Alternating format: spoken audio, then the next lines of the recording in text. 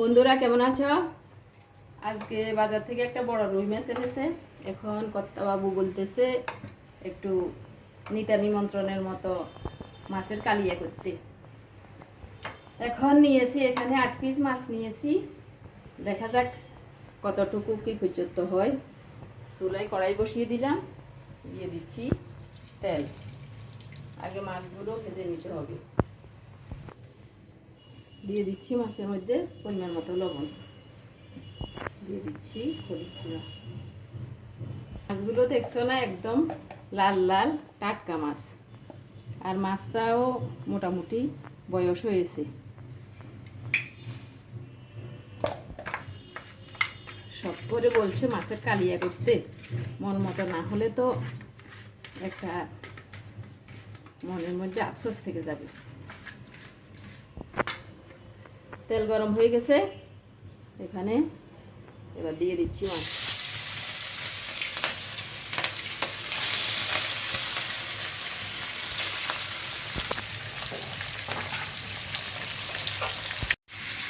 ওদিকে মাছ ভাজা হতে থাক, এদিকে আমি মাছের কালিয়ার জন্য মশলাটা রেডি করে নেব। এখানে নিয়ে নিচ্ছি একটু আদা বাটা, নিয়ে নিচ্ছি জিরা বাটা, নিয়ে নিচ্ছি একটু মরিচ বাটা। আজকে মরিচ বাটা দিয়ে মাছের কালিয়া রান্না করব। দিয়ে দিচ্ছি হলুদের গুঁড়া,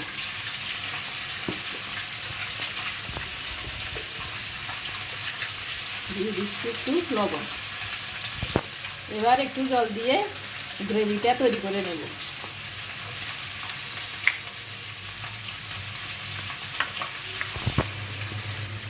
ধনে আমার বাটা নেই, আমি একটু ধনে গুঁড়া দিয়ে দিচ্ছি।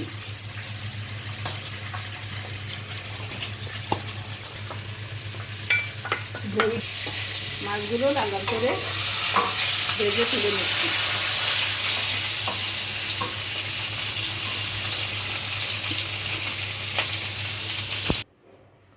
মাছগুলো তুলে নিয়েছি, এখন তেলের মধ্যে দিয়ে দিচ্ছি ফোড়ন।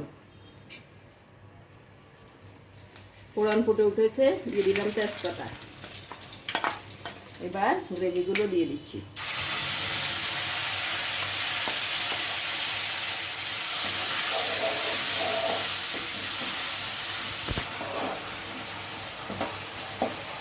মশলাগুলো দেখো কি সুন্দরভাবে ফুটে উঠেছে, উপরে তেল চলে এসছে। একটা গোপন টিপ তোমাদেরকে বলছি, মাছের ঝোল রান্না করার সময় সামান্য একটু চিনি দিয়ে দিবি, তাহলে মাছের ঝোলটা অনেক সুস্বাদু হবে। আমার মশলা কষানো হয়ে গেছে, এবার জল দিয়ে দেখো সুন্দরভাবে তেল উপরে উঠে গেছে। জল দিয়ে দিলাম, দিয়ে দিচ্ছি দুটো কাঁচামরিচ। কাঁচামরিচ আজকে বেশি দিলাম না, কারণ বাটা মরিচ দিয়েছি তো, এজন্য আবার বেশি ঝাল হয়ে যাবে।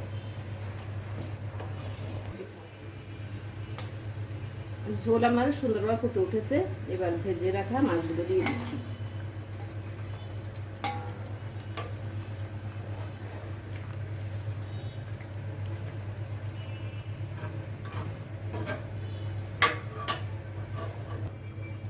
আমার মাছের কালিয়া হয়ে গেছে, এবার আমি গরম মশলা দিয়ে নামিয়ে নেব।